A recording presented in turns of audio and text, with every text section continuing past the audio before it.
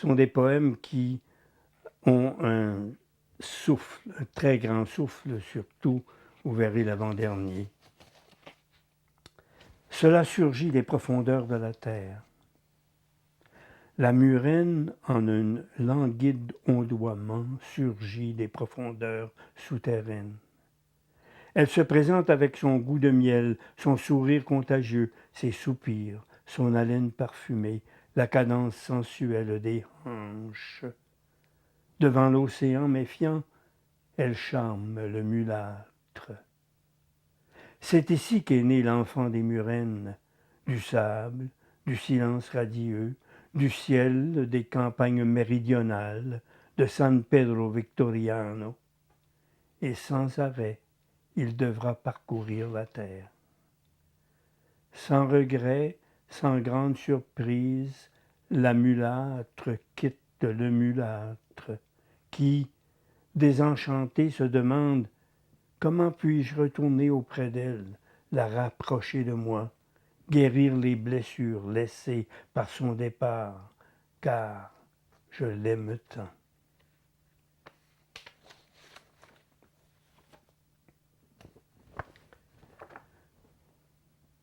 Souvenir. Pars-tu avec aux lèvres de tristes murmures? N'emporte pas ton silence et ta paresse du dimanche. Lève les yeux et enfonce-les dans mon cerveau, que je les garde pour toujours. Laisse-moi les traces de la poussière des chemins que tu as parcourus. Cette image de tes pas lourds me rappelle que je ne suis pas seul à dessiner le sable de mes pleurs. Dans la froide nuit, dans l'anse d'un port oublié, ta silhouette timide m'éveille. Tes mains blanches touchent mes rives, les vents nocturnes remuent les arbres peuplés de hiboux qui pleurent tes allées et venues. Né dans un port de mer, ta vie n'est que départ et adieu, n'est que baisers et caresses en sursis, une vie au rythme des grandes marées. Au corps séparé, la fièvre est pierre au repos, joie secrète comme sève vivante. En un moment, tout brûle, eau, ciel. Les hommes seuls trouvent enfin sur terre leur place parmi les autres. Hommes désirés, jamais oubliés, et qui refusent de céder à l'oubli, pose tes valises, accroche ton chapeau devant ma porte blessée d'une attente éternelle. Prends mes mains et, comme dans la longue attente de toutes ces années diffuses, sens ton visage lumineux, intouché, épargné par l'amnésie. Reprends le temps perdu entre les pays, sans nom, sans langue, ni son, traversés de douleur, aux maisons dénudées, mains froides, baisers arides, bouches amères de cimetière. Viens, sens à quel point mon cœur, après ce long silence, cherche à te dire que je suis à toi seul.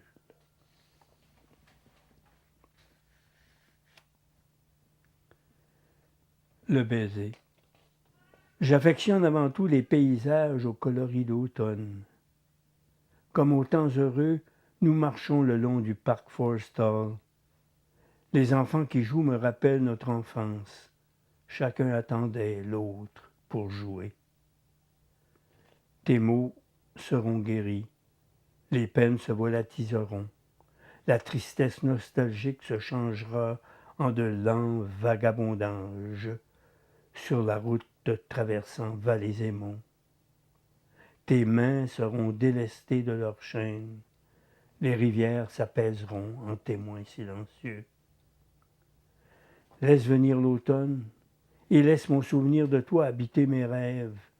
Reviens sur terre avec ton sourire pour ouvrir de tes beaux yeux noirs les désirs inédits. Chaque nuit, dans mon sommeil, je t'attends. Malgré les années, ta bouche est toujours de miel.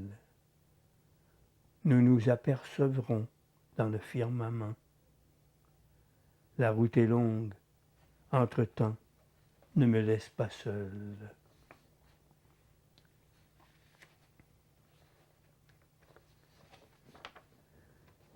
Cheveux de sable. Du fond des souvenirs perdus, à demi éveillés, couverte de poussière, elle vient, se rapproche petit à petit, elle vient, ma langue mère, et m'apporte souvenirs heureux, odeurs vives, paroles timides, murmures d'hommes à mes oreilles, volées de cloches en haute mer, vent du sud et lys blanc. Elle vient, ma langue mère, alourdie de nostalgie, comme toujours, et me laisse une série de jours de pluie à chauffer nos membres devant l'âtre. Elle vient, apaisée, avec cheveux de sable, lèvres océanes, caresses de nuit. Elle vient, me chante ses vers, apaise ma tristesse, à la fois douce et forte. Elle vient, avec ses syllabes, voix comme ruisseau, concert délicieux. Elle vient, et je m'incline en hommage, comme pour reine en son palais. Je lui offre mes plus précieux trésors, lamentations, rires perlés, violettes achetées à Huerfanos, air frais de l'océan, sable noir de San Pedro, sifflement vivace du vent, rouge sombre du crépuscule à Santiago, murmure des mots d'amour, et encore le son de l'océan sur l'île Kirikina, la rumeur d'un coquillage, avant l'arrivée des soldats, les sons d'une île, sans les chambres de torture, sans le beau capitaine s'avançant vers mon cousin. Je lui offre mon premier baiser à l'école secondaire, sur le bord de la rivière Mapocho, en face du parc Forrestal. Elle vient, la langue géante, et m'emporte, m'envahit de sons, de catastrophes humaines, entraîne mon cœur d'un couteau ensanglanté. Elle détruit pour m'interdire ses mots, ses contradictions syntaxiques, sa stylistique souveraine de vêtements coloniaux, de changements violents, inquisition de l'âme. Elle ne vient pas, cette langue, seulement vêtue d'idées. Elle vient avec senteur et caresses brutes, majestueuses. Elle me change en araignée tombée de sa toile, en fourmi sans fourmilière, en campanule du Chili sans le sud, et puis en puits sans eau.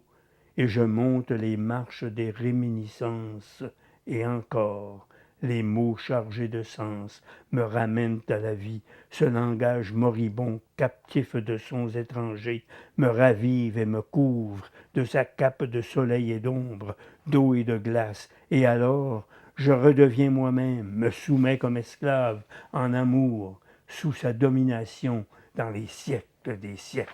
Il y a tout un souffle dans ce poème, n'est-ce pas?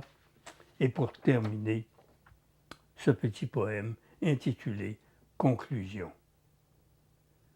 La vie commence lorsque nous remplaçons ce qui est mort, une simple régénération des cellules.